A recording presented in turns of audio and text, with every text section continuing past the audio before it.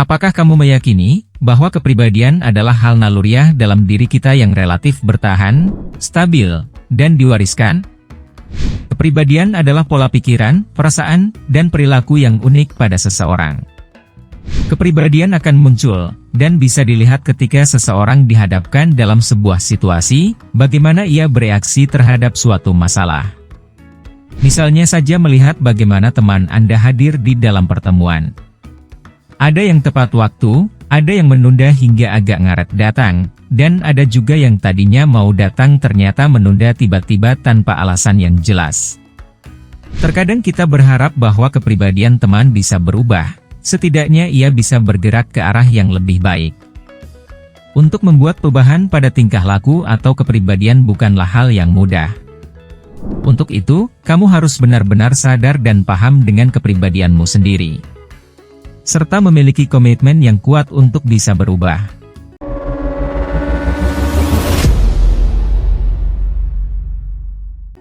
Tidak jarang, beberapa orang bahkan membutuhkan bantuan profesional dalam bentuk konseling atau terapi dalam membantu mereka untuk berubah. Apakah kepribadian seseorang bisa berubah, atau hanya cuma mitos?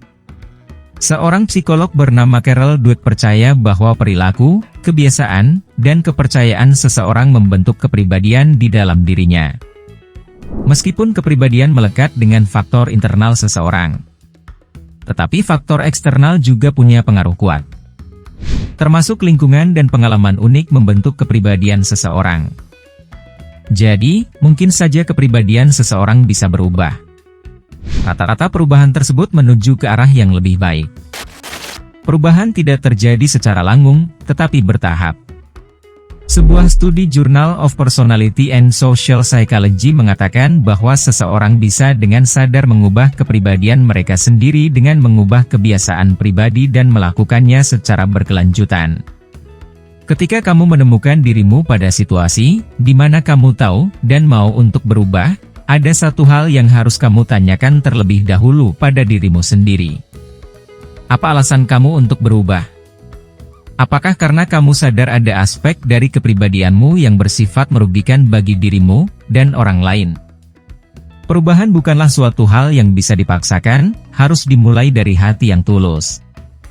Semuanya bisa membentuk kepribadian menuju ke arah yang lebih baik. Intinya, fokus saja pada proses. Pasti Anda akan bisa melihat sebuah masalah dari beragam sudut pandang. Inilah membentuk kepribadian Anda seiring berjalannya waktu. Semoga bermanfaat. Perlu diketahui, setiap proses awali selalu dengan berdoa, dan teruslah berusaha dan pasrahkan semuanya pada Tuhan Yang Maha Esa. Terima kasih.